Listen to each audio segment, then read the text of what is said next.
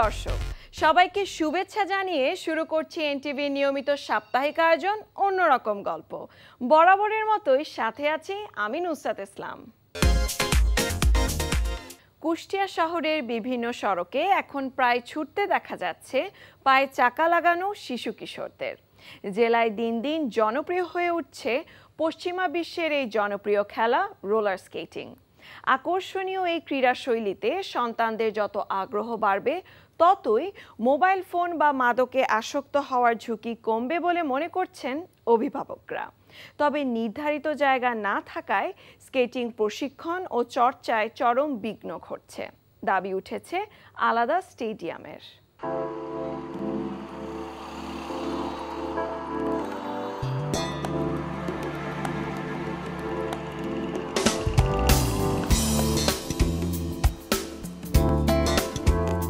Roller skating চাকাযুক্ত জুতার উপর ভর করে দুই পায়ে ছুটে চলা। পশ্চিমা বিশ্বের দেশগুলোতে রোলার স্কেটিং খুবই জনপ্রিয় হলেও আমাদের দেশের মানুষ অতটা পরিচিত নয় স্কেটিংয়ের সাথে। গত কয়েক দশক ধরে রাজধানীতে বেশ কয়েকটি স্কেটিং ক্লাব গড়ে উঠলেই ঢাকার বাইরের জেলাগুলোতে এর সংখ্যা খুবই কম।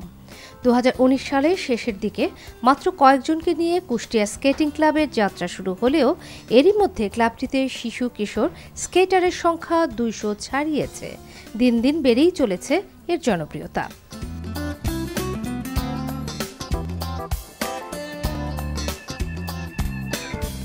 জেলা স্কেটিংয়ের জন্য নিজস্ব কোনো মাঠ না থাকায় প্রতিদিন বিকেলে কুষ্টিয়া কালেক্টর চত্বরের ছোট্ট ঈদগাহ মাঠে প্রশিক্ষণ নিচ্ছেন স্কেটাররা। দেখাচ্ছেন নানা রকম কসরত।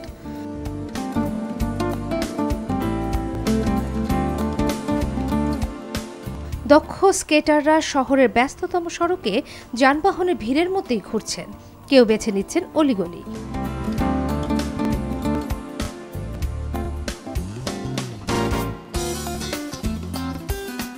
এই শিশু কিশোররা স্বপ্ন দেখেন ভালো স্কেটার হওয়ার, জাতীয় পর্যায়ে এমনকি অলিম্পিকে অংশ নেয়ার। তবে নির্ধারিত জায়গা না থাকায় স্কেটিং প্রশিক্ষণ ও চর্চায় চরম বিঘ্ন ঘটছে তাদের। স্বপ্ন পূরণে দ্রুত জেলায় একটি স্কেটিং কমপ্লেক্স করার দাবি স্কেটারদের। কুষ্টিয়াতে তো অনেক খেলা হয়, যেমন ক্রিকেট আছে, ফুটবল আছে, অনেক খেলা হয়। যে আমার একটা শখ ছিল ছোটোবেলার থেকে যে আমি স্কেটিং করব, কিন্তু আমি সেরকম করিনি কারণ ক্লাব ছিল না। আর আবদুল্লাহ ভাই কুষ্টিয়াতে স্কেটিং ক্লাব তৈরি করার পরে আমরা এখানে জয়েন্ট হয়েছি। অন্য দেশে যেমন আমরা বাস রাইড বা ট্যাক্সি এগুলো ইউজ করি, বাট আমি ইউটিউবেও দেখলাম যে ওই দেশে স্কেটিং, স্কেটবোর্ড, তারপর আরও অনেক কিছু ইউজ করা হয়। তো এইটা মনে করে আমি স্কেটিংটা প্রথম শুরু করলাম। সাইকেল স্ট্যান্ড বেশিরভাগ জেলাতে আছে, কিন্তু স্কেটিং তারপরে স্কেটবোর্ডিং এইগুলো তো বেশিরভাগ জেলাতে নাই। এমনকি আমাদের কুষ্টিয়া জেলাতেও খুব শীঘ্রই হয়েছে, মানে এত তাড়াতাড়ি হয়েছে আল্লাহর রহমতে যে আমরা কল্পনাও করতে পারি না যে এত ছেলেপেলে আমরা এক জায়গাতে করতে পারবো এবং এইভাবে আমরা একটা ক্লাব প্রতিষ্ঠিত করতে পারবো। আমি আসলে এই গেমটা অনেক পছন্দ করি আর এটা আমার ফ্রেন্ডরা অনেক জানে। এখন হচ্ছে ওরা বলে যে এটা হচ্ছে অনেক ইউনিক গেম, যেটা হচ্ছে খেলা অনেক ভালো। এটাও খেলার জায়গা না, এটা একটা ঈদগাহ মাঠ, এখানে আমরা খেলাধুলা করছি। আপাতত কুষ্টিয়াতে এটা ছাড়া জায়গাও নাই। তো আমি মনে করি যে আমাদের কুষ্টিয়াতে যদি কোনো একটা রোলার স্কেটিং কমপ্লেক্স অথবা স্কেটিংয়ের জন্য নির্দিষ্ট একটা স্থান দেওয়া হয়, সেটা সবার জন্য অনেক উপকারী হবে। আমার এই খেলাটা করতে অনেক এক্সাইটেড লাগে, কারণ অন হুইলস গেম, কারণ বেশিরভাগ গেম হচ্ছে on foot, but this is on wheels, so I think this is really really good.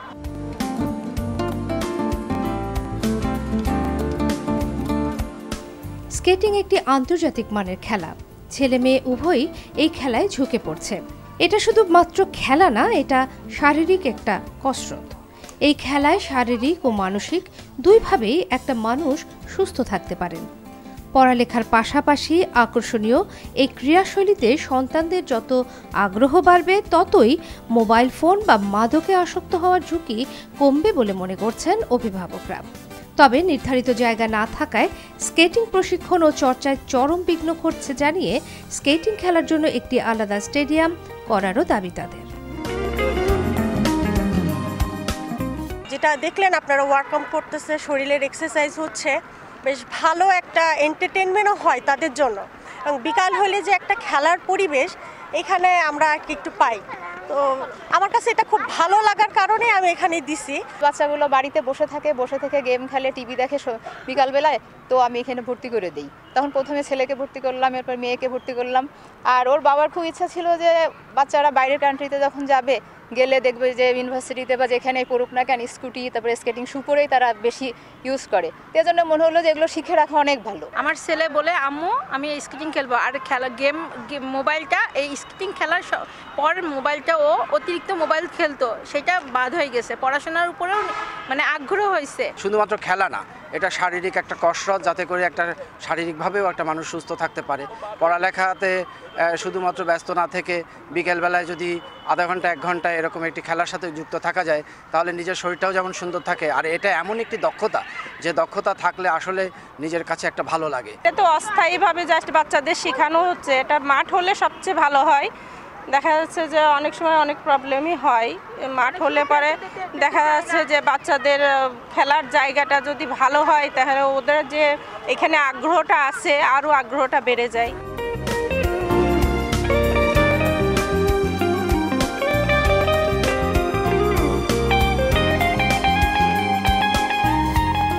ঢাকায় পড়ালেখার পাশাপাশি রোলার স্কেটিং খেলা শিখে কুষ্টিয়ায় ফিরে এসে 2017 সালের শেষের দিকে মাত্র 2 জনকে নিয়ে স্কেটিং প্রশিক্ষণ শুরু করেন আব্দুল্লাহ। পরে 2019 সালের অক্টোবরে কুষ্টিয়া স্কেটিং ক্লাব প্রতিষ্ঠা করেন তিনি।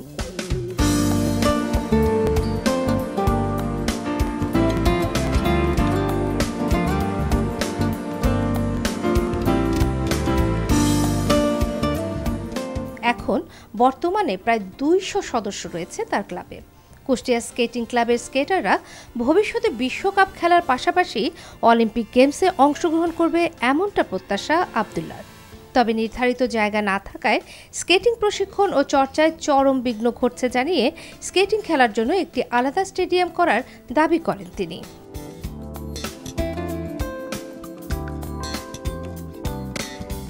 17 সালের দিকে শুরু করি, 17-18 দিকে শুরু করি, কিন্তু আনুষ্ঠানিকভাবে আমরা ক্লাব তৈরি করে মানে যাত্রা শুরু করে 2019 সালের অক্টোবর মাসের 31 তারিখে, যতটুকু মনে আছে আমার।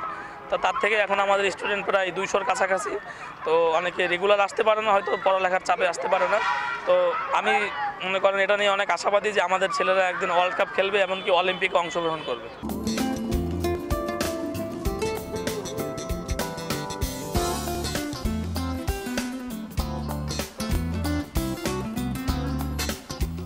আওয়ামী লীগের যুগ্ম সাধারণ সম্পাদক ও কুষ্টিয়া 3 আসনের সংসদ সদস্য মাহবুবুল আলম হানিফ কুষ্টিয়ায় রোলার স্কেটিং স্টেডিয়াম করার একটি প্রস্তাব দিয়েছেন। অচিরেই তা বাস্তবায়ন করা হবে বলে জানান ক্রীড়া প্রতিমন্ত্রী।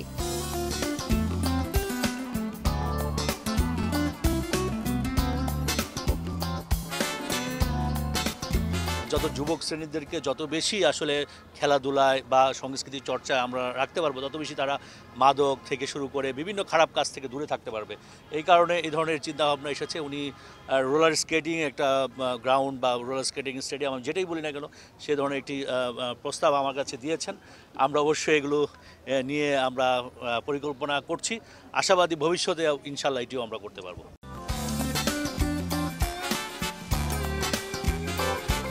সরকারি পৃষ্ঠপোষকতা পেলে রোলার স্কেটিং প্রতিযোগিতায় কুষ্টিয়া থেকে জাতীয় ও আন্তর্জাতিক পর্যায়ে স্কেটার গড়ে উঠবে বলে আশাবাদী সংশ্লিষ্টরা।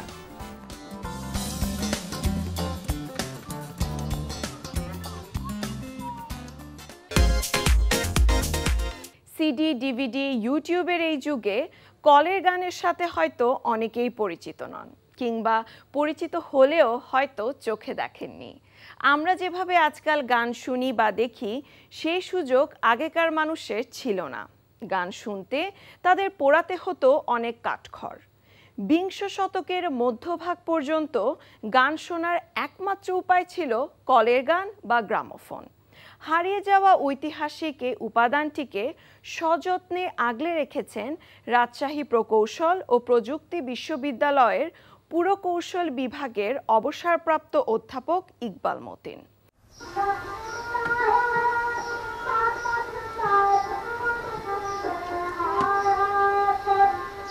ডিস্ক রেকর্ডের আবিষ্কারক এমিল বার্লিনারের সহকারী ফ্রেডেরিক উইলিয়াম গেইসবার্গ ইংল্যান্ড থেকে কলকাতায় এসে 1902 সালের 8ই নভেম্বর কণ্ঠশিল্পী মিস শশীমুখী ও মিস ফণিবালার দ্বৈতকণ্ঠের যে গান রেকর্ড করেছিলেন তার মধ্য দিয়ে ভারতবর্ষে গ্রামোফোন যুগের যাত্রা শুরু।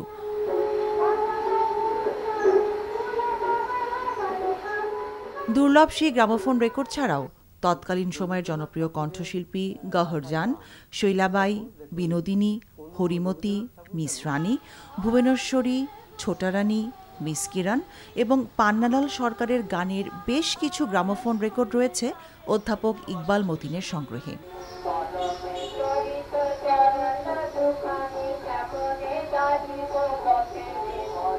উপমহাদেশের সদ্যপ্রয়াত কিংবদন্তি কণ্ঠশিল্পী লতা মঙ্গেশকরের নাম শোনেননি এমন কাউকে খুঁজে পাওয়া যাবে না, কিন্তু তার বাবা দীননাথ মঙ্গেশকর যে একজন উচ্চমার্গের উচ্চাঙ্গ সঙ্গীত শিল্পী ছিলেন তার খবর আমরা কজনই বা জানি।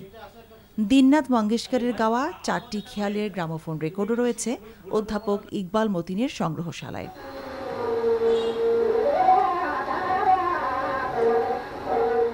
বিভিন্ন জমিদার বাড়িগুলোতে ওই বয়সে আমি গিয়েছি। হ্যাঁ, যেমন আমাদের নওগাঁর কাশিমপুরের জমিদার শরৎ কুমার মৈত্র, তার বাসাতে গিয়েছি। তখন আমার বয়স ছিল 13 বছর 3 মাস, ওনার বয়স তখন 90 বছর তখন। তো তিনি আমাকে কিছু দিয়েছেন, কিছু বই দিয়েছেন। এরকম আরও ওই গ্রামেগঞ্জে কিছু সেই তখন যেনারা বেঁচে ছিলেন জমিদাররা, গিয়ে বলেছি, ওনারা আমার আগ্রহ দেখে আমাকে দিয়ে দিয়েছেন, কোনো পয়সাও নেননি ওনারা। 8000 দুর্লভ গ্রামোফোন রেকর্ডের বিশাল এই সংগ্রহ একদিনে হয়নি। এজন্য ছোটবেলা থেকে অনেক কাঠখড় পোহাতে হয়েছে ইকবাল মতিনকে। মাত্র 13 বছর বয়স থেকে তিনি তৎকালীন খ্যাতনামা শিল্পী ও ওস্তাদদের গাওয়া গ্রামোফোন রেকর্ডের সংগ্রহ শুরু করেন। গ্রামোফোন রেকর্ড সংগ্রহের পাশাপাশি বিভিন্ন মডেলের গ্রামোফোন যন্ত্র সংগ্রহের জন্য অধ্যাপক ইকবাল মতিনকে যেতে হয়েছে দেশ বিদেশের নানা স্থানে। সম্পর্ক স্থাপন করতে হয়েছে চেনা জানা অনেক মানুষের সাথে। আবার এক একটি গ্রামোফোন রেকর্ড সংগ্রহ করতে তাকে অপেক্ষা করতে হয়েছে দিনের পর দিন। রাজশাহী নগরীর সাগরপাড়া এলাকায় অধ্যাপক ইকবাল মতিন নিজ বাড়িতে গড়ে তুলেছেন গ্রামোফোন যন্ত্র ও গ্রামোফোন রেকর্ডের দুর্লভ সংগ্রহশালা। একবার সেখানে ঢুকলে যে কেউ হারিয়ে যাবেন বাংলা গানসহ ভারতীয় সঙ্গীতের ঐশ্বর্যময় ভুবনে। গানের পাশাপাশি তিনি যন্ত্রসঙ্গীত, নাটক, এমনকি 20 শতাব্দীর প্রথম দিকে পণ্য বাজারজাত করতে যে বিজ্ঞাপন বাজানো হতো তার রেকর্ডও সংগ্রহ করে রেখেছেন। শুধু তাই নয়, তার সংগ্রহশালায় রয়েছে সঙ্গীত সংশ্লিষ্ট নানা দুর্লভ বই।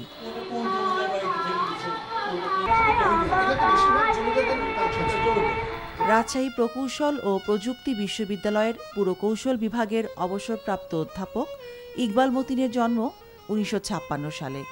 ব্যক্তিগত জীবনে একজন প্রকৌশলী হলেও সঙ্গীত বিষয়ক গবেষণার পাশাপাশি তিনি একজন অত্যন্ত জনপ্রিয় বেহালা বাদক। তাঁর বাজানো বেহালার সুর সঙ্গীত পিপাসুদের মধ্যে বেশ আলোড়ন তুলেছে।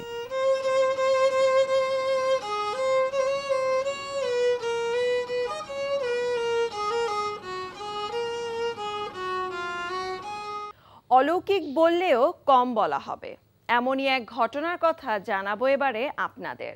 বাথরুমে সন্তান প্রসব করার পর নবজাতক পাইপের ভেতরে চলে গেলেও তাকে জীবিত অবস্থায় উদ্ধার করা হয়। বরিশাল শেরেবাংলা মেডিকেল কলেজ হাসপাতালের এই ঘটনা নিয়ে চাঞ্চল্যের সৃষ্টি হয়েছে।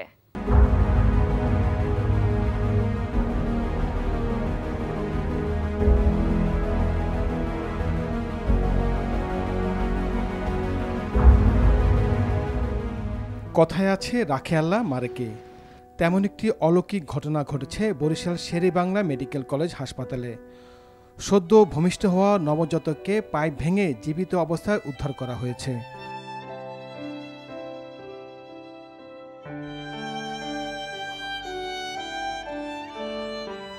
ঘটনাটি রীতিমতো তোলপাড় সৃষ্টি করেছে জেলায়। অনেকে দেখতে আসছেন ওই নবজাতককে।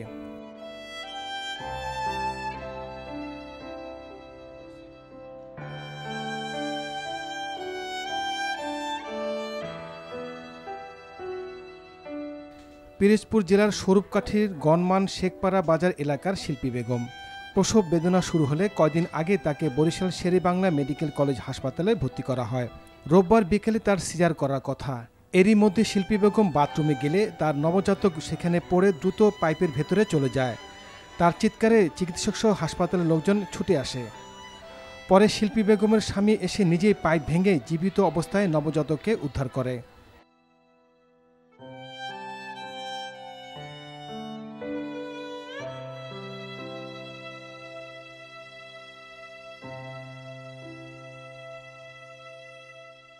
আমি ওষুধ আনতে গেছি, ওষুধ আনতে যাই দেয় কি বাচ্চা বাথরুমের ভিতরে পড়ছে। প্রায় আইসিসির সময় প্রায় 15 মিনিট হয়ে গেছে বাচ্চা বাথরুমে পড়ছে।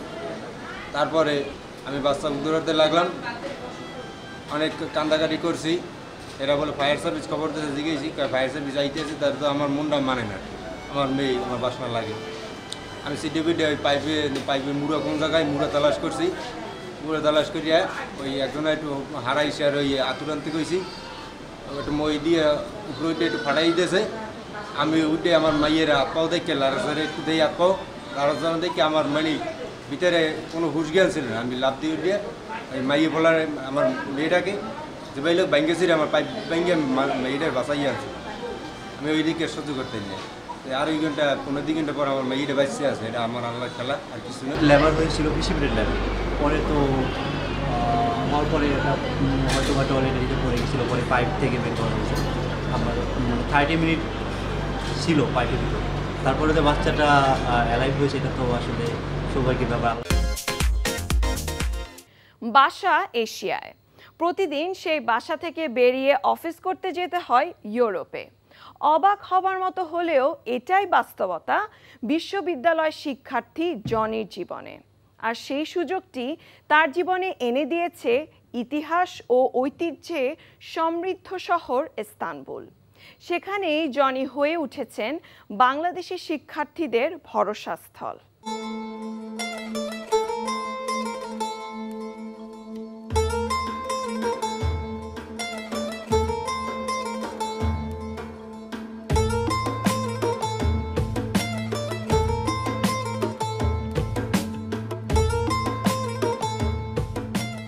তুরস্কের ইস্তানবুল বুক চিরে বয়ে চলা বসফরাস প্রণালী পৃথক করেছে এশিয়া ও ইউরোপ মহাদেশকে, অন্যদিকে সংযুক্ত করেছে কৃষ্ণ ও মারমারা সাগরকে।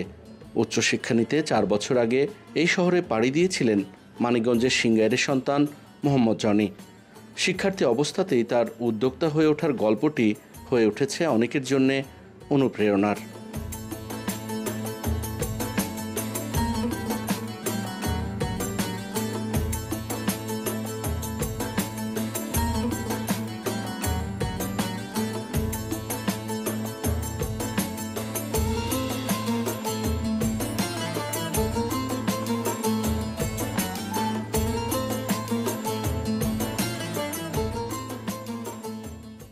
আমি সাধারণত মধ্যবিত্ত পরিবারের সন্তান।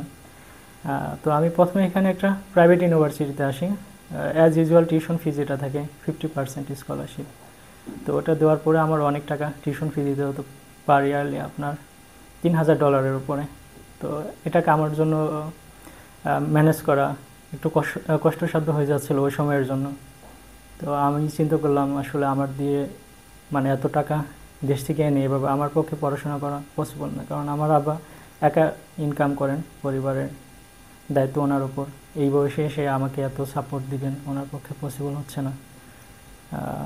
তারপর চিন্তা করলাম যে আমার কিছু একটা করা দরকার, কারণ এই চিন্তাটা আমার মাথায় তখনই আসছে কারণ আমার স্কলারশিপ নাই।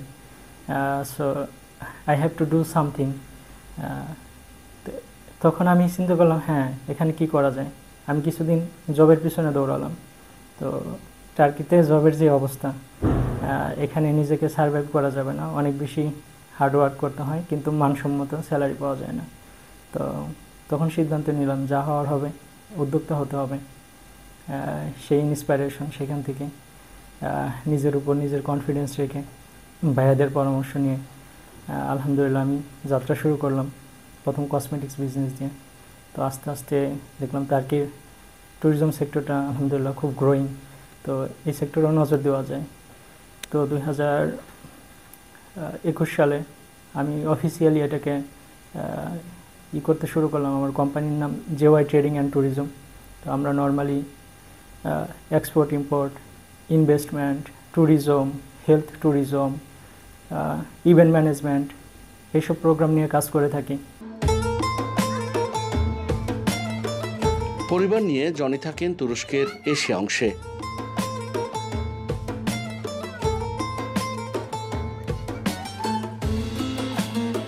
কখনো ট্যাক্সিতে, কখনো পাতাল মেট্রোতে, কখনো বা জাহাজে করে বসপরাস পাড়ি দিয়ে ইউরোপ অংশের অফিসে যাওয়াটা বেশ উপভোগ করেন তিনি।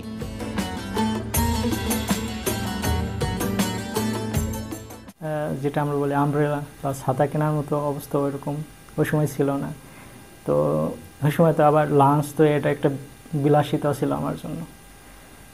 তো এরকম করে অনেক সময় অনেক কষ্ট করে গেছি। আমি এখানে কিছু স্টুডেন্ট অর্গানাইজেশন আছে তারকে, ওদের কাছ থেকে আমি 3 মাস না 4 মাসের মতো একটা স্কলারশিপ পেয়েছিলাম। তো ওটা দিয়ে সার্ভাইভ করছি কিছুদিন। আমি থাকি এশিয়ান সাইডে, কিন্তু প্রতিদিন আমি অফিস করতে ইউরোপে আসি।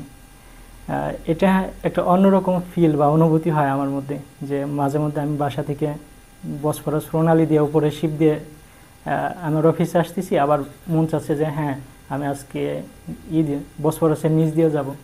তো সেই জন্য আমি মারমারা হয়ে, যে মারমারা বিখ্যাত একটা মেট্রো লেন, সেটা দিয়ে আমি আসতে পারতেছি। আবার আরেকটা ওয়ে আছে মারমারার সাথে বসফরাসের নিচ দিয়ে টানেল। তো আমি যদি আমার খুব তাড়াতাড়ি মনে হচ্ছে যে অফিসে পৌঁছাতে হবে, হাতে অনেক কাজ, তখন আমি টানেল দিয়ে আসতে পারতেছি।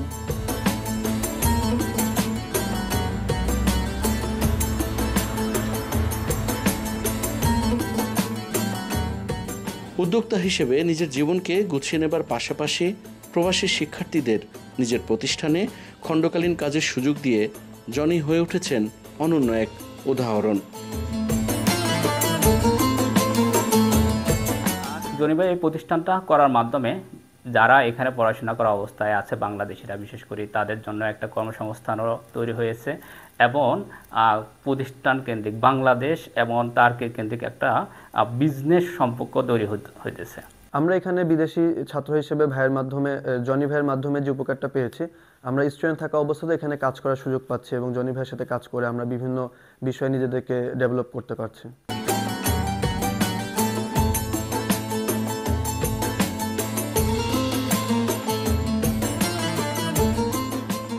ওসমানীয় সাম্রাজ্যের সুলতান সুলাইমানের এই শহরে নিজের মেধা, যোগ্যতা ও দক্ষতা দিয়ে সাফল্যের পথে হেঁটে চলেছেন জনি। যেতে চান বহু দূরে, সঙ্গে প্রবাসেও এগিয়ে নিতে চান নিজের দেশ ও দেশের মানুষকেও।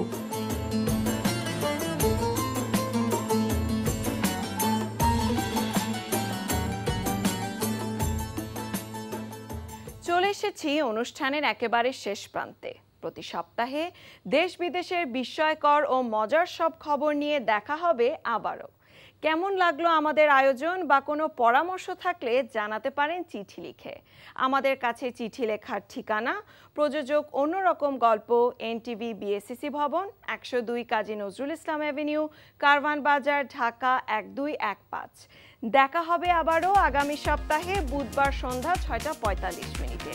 সে পর্যন্ত ভালো থাকুন, সুস্থ ও নিরাপদে থাকুন।